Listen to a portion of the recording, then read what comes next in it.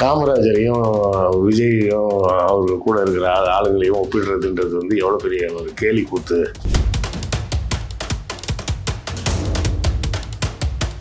நான் 40,442 என்னெல்லாமோ பேசுகிறாங்க.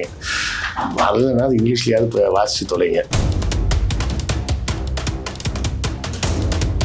அவர் சொல்றதுக்கு எனக்கு முதலமைச்சரே அப்படி தான் பேசுகிறாரு. 5,933 அப்படின்னு இன்னொரு நம்பர் சொல்கிறாரு அவர். இவங்க பண்ணுற வேலை என்ன தெரியுமா? இவங்க பண்ணுற பூராமே பாஜகவுக்கு சப்போர்ட்டான ஒரு வேலையை தான் செஞ்சிட்டு இருக்காங்க. இப்போ விஜய் வந்த நாள்லேருந்து இன்னைக்கு வர பாருங்க, யாராவது பாஜகவை பற்றி மோடியை பற்றி யாராவது பேசுகிறாங்களா?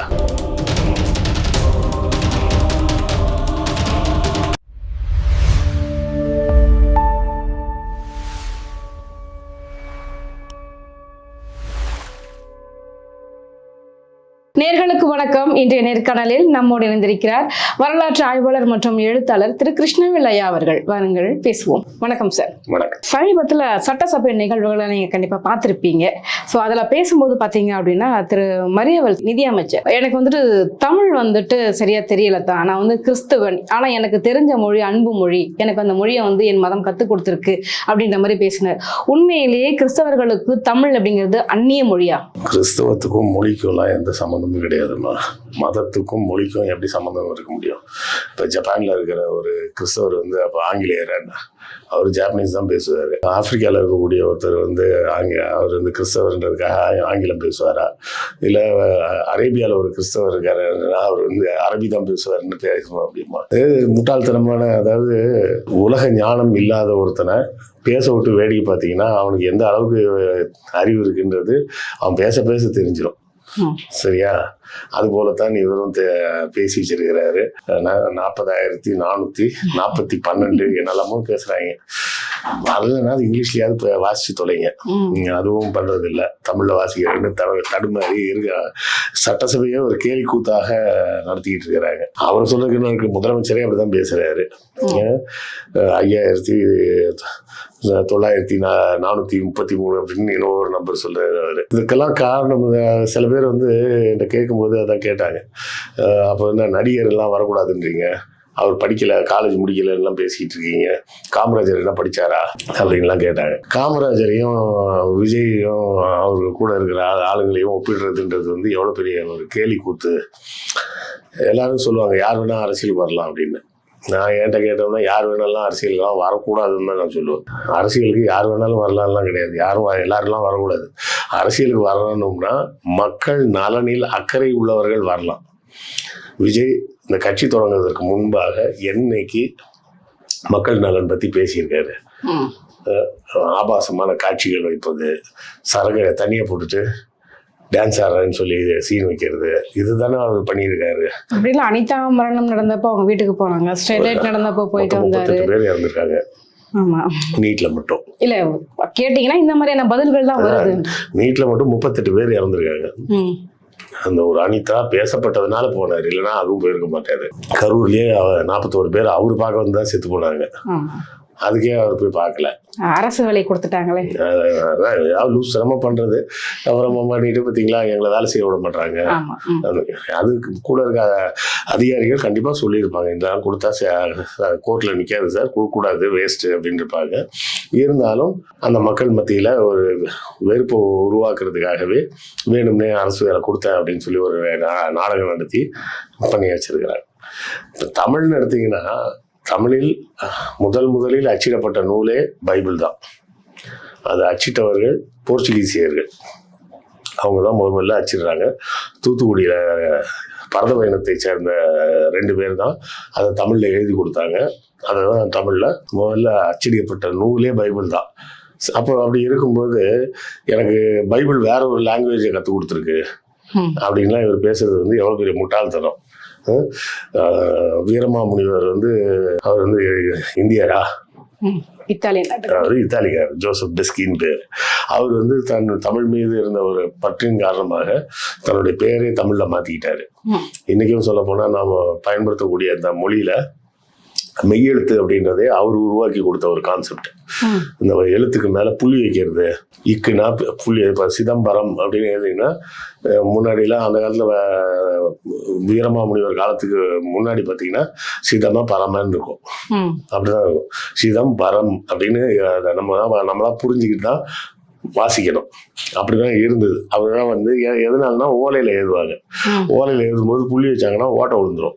ஓட்டை விழுந்தா ஓலை கிழிஞ்சிரும். கரெக்டா? அதனால புள்ளி வைக்க மாட்டாங்க. அவர் தான் வந்து முதல்ல வேற புள்ளி வச்சு எழுதணும் அப்படின்றத ஒரு பழக்கத்தை உருவாக்குறாரு. நம்ம போடுற இந்த கோலன் கமா அதெல்லாம் போடுறோமே, இதெல்லாமே அவர் தான் இன்ட்ரடியூஸ் பண்றாரு. அப்போ ஒரு பிறப்பிலேயே கிறிஸ்தவராக ஐரோப்பிய நாட்டிலிருந்தே வந்த ஒருத்தரே தமிழ் மீது இவ்வளோ பற்று கொண்டு அவர் உட்காந்து படிச்சிருக்கிறாரு. படிச்சு நமக்கு தமிழ்ல ப்ரோஸ் அப்படின்னு சொல்லக்கூடிய இந்த உரைநடையில எழுதுறோம்ல, இப்பெல்லாம் நம்ம இப்ப சாதாரணமா நம்ம எழுதுறோம்ல, இந்த எழுதுற மெத்தடே வந்து வீரமாமுனிவருக்கு பிறகுதான் வருது. அதுக்கு முன்னாடி யார் எதுனாலும் செய்யுள் வடிவில் தான் எழுதுவாங்க. ஒரு வரிக்கு 4 வார்த்தை, 4 வரி இல்ல 6 வரி, இப்படிதான் செய்யுளே. அதாவது சாதாரணமா பேசக்கூடிய விஷயங்களை கூட அந்த செய்யுள் வடிவில் தான் எழுதி வைப்பாங்க. வீரமாமுனிவர் வந்ததுக்கு அப்புறம் தான் அதை வந்து ஒரு உரைநடைங்கிற மெத்தடுக்கே சொல்லிக் கொடுக்குறாரு. உரைநடையாவே எழுதலாம், ஒன்றும் தப்பு கிடையாது அப்படின்னு. அதுக்கப்புறம் தான் அந்த உரைநடைன்ற மெத்தடே வருது. அதில் அந்த பரமார்த்த குருவும் சீடர்களும்னு ஒரு கதையை தான் முதல்ல அவர் தமிழில் எழுதுறார். அவர் அந்த உரைநடையில் பரமார்த்த குருவும் சீடர்களும் தான் முதலில் தமிழில் வந்த உரைநடை நூல். அப்புறம் பார்த்தீங்கன்னா ஜி.யு. போப் அவர் திருக்குறளை டிரான்ஸ்லேட் பண்றாரு. அவர் சாகும்போது அவரோட கல்லறையில இங்கு ஒரு தமிழ் மாணவன் உறங்குகிறான்னு எழுதுங்க அப்படின்னு சொல்லிட்டு போயிருக்காரு. அப்போ அவங்கெல்லாம் வந்து வெளிநாட்டில் வந்திருந்தாலும் அவர்கள் தமிழ் மீது எவ்வளோ ஒரு பற்றும் பாசமும் கொண்டு அந்த மொழியின் மீது ஒரு ஈர்க்கப்பட்டு அந்த மொழியை கற்றுக்கிட்டு வெளிநாட்டிலேருந்து வந்து அவ்வளோ நல்ல தமிழ் பேசுகிறாங்க.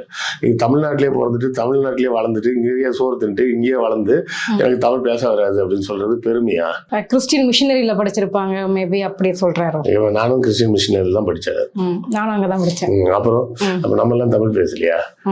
சைனாக்காரன் வந்து எத்தனையோ வீடியோ போடுறாங்க, அவெல்லாம் எவ்வளோ அழகா தமிழ் பேசுறாங்க. ஒரு அமெரிக்காக்காரர் வந்து இங்க வந்து உட்காந்துக்கிட்டு நாலடியார் திருக்குறள்லாம் அவர் ஆராய்ச்சி பண்ணிட்டு இருக்கிறாரு, அவ்வளோ அழகா தமிழ் பேசுறாரு. வெளிநாட்டுல இருந்து வந்தவங்க எல்லாம் இங்க வந்து உட்காந்து என்னைக்கோ நடந்ததை கூட நான் சொல்ல, இன்னைக்கும் நடந்துகிட்டு இருக்கு.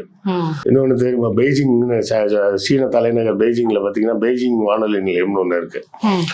அதுல வந்து இந்திய மொழிகள்ல 2 மொழியில தான் அவங்க ஒளிபரப்புறாங்க. ஒன்று தமிழ், இன்னொன்று ஹிந்தி. ஹிந்தி வந்து இந்தியா பூரா கேட்பாங்கன்ற ஐடியால ஹிந்தியில் முதல்ல தமிழில் மட்டும்தான் பெய்ஜிங்ல இருந்து ஒளிபரப்பு பண்ணாங்க. இன்னைக்கும் மாஸ்கோல இருந்து ஒரு சேனல் இருக்கு, ஒரு ஷார்ட் வேவ் அப்படின்னு சொல்லுவாங்க. நீங்க இப்போ உள்ள பசங்களுக்கு அதெல்லாம் தெரியாது. ரேடியோவில் பார்த்தீங்கன்னா AM, FM, ஷார்ட் வேவ் அப்படின்னு போட்டு 3 பிரிவாக பிரிச்சுருப்பாங்க. ஏஎம்ன்றது வந்து நம்ம மாநிலத்துக்கு உள்ள இருக்கிற எல்லா வானொலி நிலையமும் எடுக்கும். எஃப்எம்ன்றது நம்ம எந்த சிட்டியில் இருக்கோமோ அந்த சிட்டியில் உள்ள வானொலி நிலையம் மட்டும் எடுக்கும். அதுதான் நம்ம சூரியன் எஃப்எம் அதெல்லாம் இப்போ சொல்கிறோம்ல, அந்த எஃப்எம் சேனல். இந்த ஷார்ட் வேவ் அப்படிங்கிறது வந்து பார்த்தீங்கன்னா ரொம்ப தூரத்தில் இருந்தாலும் எடுக்கும். எங்கள் மாஸ்கோவில் ஒளிபரப்புறது இங்கே நம்ம தமிழ்நாட்டில் உட்காந்து கேட்க முடியும். அது அந்த ஷார்ட் வேவ். அவன் மாஸ்கோல இருந்து அவன் தமிழ்ல ரேடியோ ஒளிபரப்புறான், சைனால இருந்து அவன் ஒளிபரப்புறான், வெளிநாடுகள்ல இருந்து இங்க வந்து தமிழ் படிக்கிறாங்க.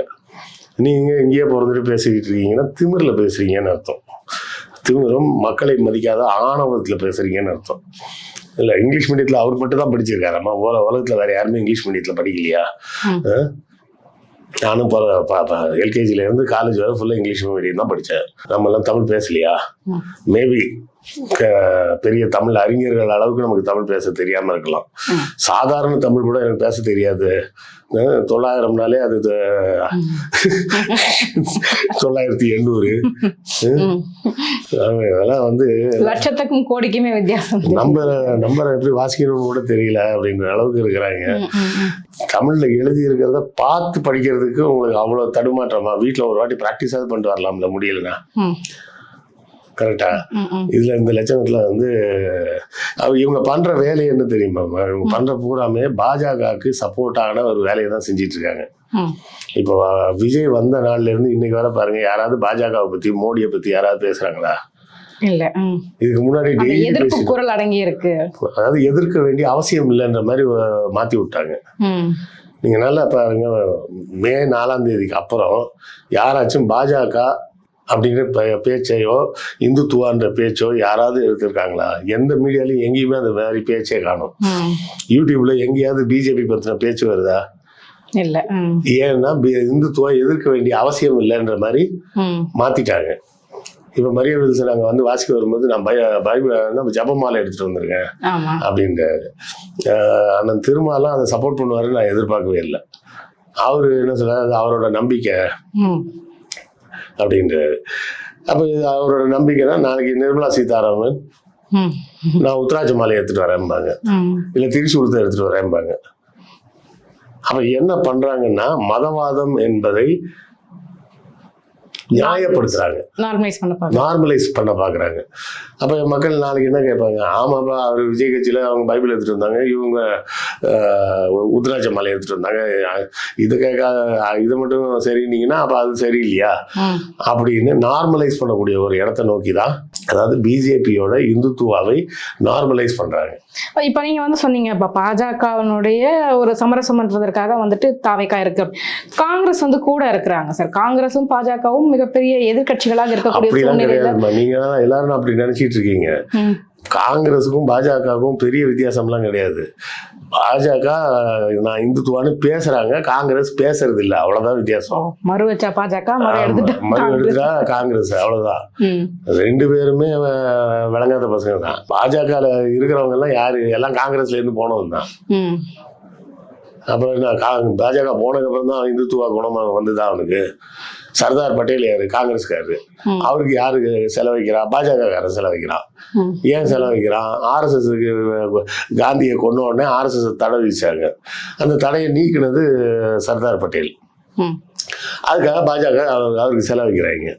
காங்கிரஸ் என்னவோ நம்ம தான் என்னவோ நினைச்சிட்டு இருக்கோம், காங்கிரஸும் பாஜகவும் அப்படியே நேர் எதிரானவர்கள், அப்படியே இவங்க மதவாதம், இவங்க வந்து மத தூய்மை, மதவாதம்லாம் பேச மாட்டாங்க. இவன் பேசாம இருக்கிறான், அவன் பேசிட்டு இருக்கிறான் நேரம், அவ்வளவுதான் வித்தியாசம். ரெண்டு பேருக்கும் பெரிய வித்தியாசம்லாம் கிடையாது. அதுக்காக காங்கிரஸ் வந்து சமத்துவம் சார்ந்த கட்சிலாம் கிடையாது. ஸோ காங்கிரஸ் கூட தாவேகா இருக்குதுன்றதுனால காங்கிரஸ் மதவாதம் இல்லாத கட்சி, தாவேகாவும் மதவாதம் இல்லாத கட்சின்னு ஆயிடாது. அதாவது சிறுபான்மையினர் மீது பெரும்பான்மையான மக்களுக்கு வெறுப்பு வருவதற்கு உண்டான அரசியலை தான் விஜய் செஞ்சுட்டு இருக்கிறாரு. எனக்கு இன்னொரு சந்தேகம் என்ன அப்படின்னா, இதை வந்து சட்டசபையில் எதிர்த்து கேள்வி கேட்கும்போது பார்த்தீங்க அப்படின்னா அந்த கிளிப்பிங்கை போட்டு நிறைய கமெண்ட்ஸ் வந்தது. இப்போ இது ரொம்ப முக்கியமா, தமிழ் அவருக்கு தெரியலன்னா என்ன, இப்போ இதை வந்து ஒரு பெரிய குத்தமாக எடுத்துட்டு திமுக பேசிக்கிட்டு இருக்கு, நடக்க வேண்டிய பிரச்சனை வந்து மடம் மாற்றிக்கிட்டு இருக்கிறாங்க, இந்த மாதிரியான நிறைய கமெண்ட்ஸ்களை வந்து பார்க்க முடியுது. ஸோ அப்போ மக்கள் வந்துட்டு இதை வந்துட்டு எப்படி பார்க்குறாங்கன்னு எடுத்துக்க முடியும் சார்? தமிழ் தப்பாக பேசினா என்ன அப்படின்ற ஒரு மனநிலைமைக்கு மக்கள் வந்துட்டாங்களா? ஆமாம், தமிழ் தப்பாக பேசினா என்ன, ஒரு திட்டத்தை தப்பாக போட்டால் தான் இப்போ என்ன அப்படின்ட்டு அடுத்தால போக வேண்டியதுதான். போட்டு வச்சிருக்கிற திட்டங்கள் பூராமே எதுவுமே புதுசும் கிடையாது. இல்லைனாலும் என்ன அதே விடியல் பயணத்துக்கு மகளிர் பயணம் அப்படின்னு ஸ்டிக்கர் ஓட்டுற வேலை தான் பண்ணியிருக்காங்களே தவிர இன்னைக்கு வரை என்ன புதுசா திட்டம் கொண்டு வந்தாங்க? தங்க மோதிரம் திட்டம் ஏதோ கொண்டு வந்திருக்காங்க போல இல்ல சார்? ஆமா, அதுல என்ன கூடுதல் பண்ணி வச்சிருக்காங்கன்னு போய் பார்த்தாதான் தெரியும். எல்லாமே வந்து ஏமாத்து வேலையாக தான் இருக்கே தவிர கடைசியாக இருந்த பரந்தூர் விமான நிலையத்தையும் வேணான்ட்டாங்க.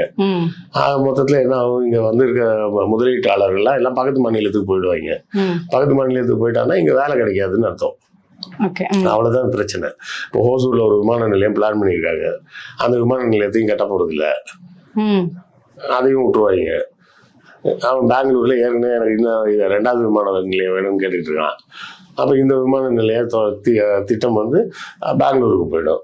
ஸோ ஒட்டுமொத்தமாக தமிழ்நாட்டை கணக்கு இந்த 5 வருஷத்துல எப்படியோ ஓரளவுக்கு எந்திரிச்சு வந்ததோ அதை எல்லாத்தையும் இந்த ஒரே வருஷத்துல காலி பண்ணிடுவாங்க அப்படின்றது நம்ம அடுத்த வருஷம் நிதிநிலை அறிக்கை வரும்போதே தெரியும். கடந்த 2 ஆண்டுகள் தொடர்ச்சியாக 11.5 10.5% வளர்ச்சின்னு காமிச்சிருக்காங்க. அடுத்த வருஷம் 26-27 கணக்கீடு வரும்போதே தெரிஞ்சிடும் அது 3%, 2%. ஏன்னா புதுசாக நீங்கள் ஏதாவது பண்ணாதான் தொழில் வளர்ச்சி இருக்கும், வேலை வாய்ப்பு இருக்கும். இன்னும் வருங்காலத்தில் போக போக பாருங்க, விலைவாசிலாம் கண்ணா அப்படின்னு ஏறிடும். ஆட்டோமேட்டிக்காக விலைவாசிலாம் ஏற ஆரம்பிச்சிடும். நீங்கள் வந்து அரசாங்கம் வேலை செய்யலைன்றது வந்து எப்படி தெரியும்னா, விலைவாசியில் பார்த்தீங்கன்னா தெரியும், விலைவாசி ஏறிக்கிட்டே போகும். ஓகே. அரசாங்கம் ஒழுங்காக வேலை பார்த்துக்கிட்டு இருந்ததுன்னா விலைவாசியில் பெரிய மாற்றம் இருக்காது. பெரிய மாற்றம் இல்லாமல் சாதாரணமாக இருக்கும். திடீர்னு பார்த்தீங்கன்னா உருளைக்கிழங்கு 100 ரூபாய்க்கு கம்மியாக கிடைக்காது. என்ன பண்ணுவீங்க? அந்த அந்த இடத்துக்கு கொண்டு போய் விட்டுருவாங்க. அப்போ என்ன ஆகும்? மக்கள் அதுவும் ஒரு நார்மல்னு நினச்சி அதுக்கும் பழகிப்பாங்க. மக்கள்கிட்ட ஒரு பெரிய பிரச்சனை என்னென்னா, நாம் ஏமாற்றப்படுகிறோம் அப்படின்றத பற்றி கவனம் இருக்காது. கவனம் இருக்காதுன்னா அவங்களுக்கு புரியாது. இது வந்து அரசாங்கத்தால் தானே. கத்திரிக்காய் விலை ஏறிச்சுன்னா விஜய் என்ன பண்ணுவார்? கத்திரிக்காய் விலை ஏறாமல் பார்த்துக்கிறது தான் விஜயோட வேலை. கரெக்டா?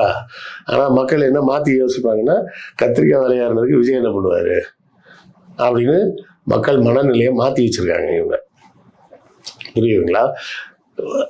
தொடர்ச்சியாக அந்த சினிமாவை பார்த்து இந்த ஒரு புது இளைஞர் கூட்டம் நாசமாக போயிருக்குது. அதுதான் விஷயமே. இளைஞர் கூட்டம் மட்டும் நிறைய மகளிர் கூட்டமும் கூட இதுல இணைச்சிக்கலாம். நீங்க ஆம்பளை பசங்களை மட்டும் நினைச்சுக்கிறீங்க. இளைஞர் கூட்டம்னா அது ஆம்பளை பசங்களையும் சொல்றதுதான், பெண் பிள்ளைகளை சொல்றதும் சேர்த்துதான் இளைஞர்னு சொல்றோம். அது புதுசா இவங்க ஒண்ணு சொல்லுவாங்க, இளைஞி அப்படிம்பாங்க. அப்படிலாம் ஒண்ணு கிடையாது. இளைஞர்னு சொன்னாலே 2 பேரையும் சேர்த்துதான் சொல்றது. நடுத்தர வயது பெண்கள் நிறைய ஹோம் மேக்கர்ஸ் எல்லாமே கூட பயங்கர சப்போர்ட்டஸா இருக்காங்க. அதை நான் இருக்கலாம். அதை பத்தி ஒன்றும் இல்லை. இன்னொரு இறுதி கேள்வியாக நான் என்ன முன்வைக்கிறேன் அப்படின்னா, இப்ப கிறிஸ்தவர்களுடைய ஒரு ஆதரவு வந்துட்டு விஜய் அவர்களுக்கு அதிகமாக இருக்குது. இன்னைக்கு அவர் ஜெயிச்சு வந்திருக்காருன்னா அதுக்கும் முக்கியமான காரணமே அதான். ஸோ மிஷினரிஸுங்களோட சப்போர்ட் வந்து ரொம்ப அதிகமாக இருக்கு அப்படின்ற மாதிரி பிம்பம் வந்து சொல்றாங்க. இது எந்த அளவுக்கு உண்மை? அவங்களுடைய பங்களிப்பு, அவங்களுடைய ஒரு உள் தாக்கம் எந்த அளவுக்கு இருக்கு தமிழ்நாட்டில்? அவ்வளவு பெரிய தாக்கம்லாம் ஒன்றும் கிடையாதுமா. அவங்க வந்து கிறிஸ்தவர்கள் ஒரு 6% 7% தான் மொத்தமே இருக்கிறாங்க. சரியா? அதனால கிறிஸ்தவர்களின் வாக்கு வங்கி அப்படின்றதுனாலயே விஜய் ஜெயிச்சிட்டாரு அப்படின்லாம் சொல்ல முடியாது. ஆனாலும் என்னன்னா, இத கிறிஸ்தவர்கள் தனிமைப்படுத்துறதே வந்து ஒரு பெரிய தவறான செயல். தமிழ்நாடுனா தமிழ்நாட்டு மக்களாக இருக்கணும். அப்படிதான் நம்ம அதை கொண்டு போகணுமே தவிர, அதை விட்டுட்டு இவங்க வந்து கிறிஸ்தவர்கள் அப்படின்னு பிரிச்சாங்கன்னாலே பொது சமுதாயத்துக்கு கிறிஸ்தவர்கள் மீது ஒரு வெறுப்பு உருவாக ஆரம்பிச்சிடும். கரெக்டா? அப்ப அந்த வெறுப்பை விஜய் தானாக உருவாக்குகிறாரா, இல்ல வேண்டுமென்றே தெரிந்தே உருவாக்குகிறாரா அப்படிங்கிறது ஒரு முக்கியமான கேள்வி. அது தெரிஞ்சே செய்யறாருன்னா அது கிறிஸ்தவர்களின் நலனுக்கு மண்ணள்ளி போடுற ஒரு வேலை தான். கிறிஸ்தவர்களை தனிப்பட்ட முறையில் கவனிச்சுக்கிறது அப்படின்றதுக்கு பண்ணா பொது சமுதாயம், இஸ்லாமியர்கள் உட்பட எல்லாரது வெறுப்பும் கிறிஸ்தவர்கள் மீது தான் வரும். அது வந்ததுன்னா அது நல்லது கிடையாது. அது கிறிஸ்தவர்களுக்கே நல்லது கிடையாது. உண்மையிலுமே வந்துட்டு கிறிஸ்தவம் தமிழுக்கு என்ன செய்யுது அப்படிங்கிறத பத்தி ஒரு நீண்ட நெடிய விளக்கம் வந்து எங்களை நேரில் கொடுத்துருக்கீங்க. ரொம்ப நன்றி.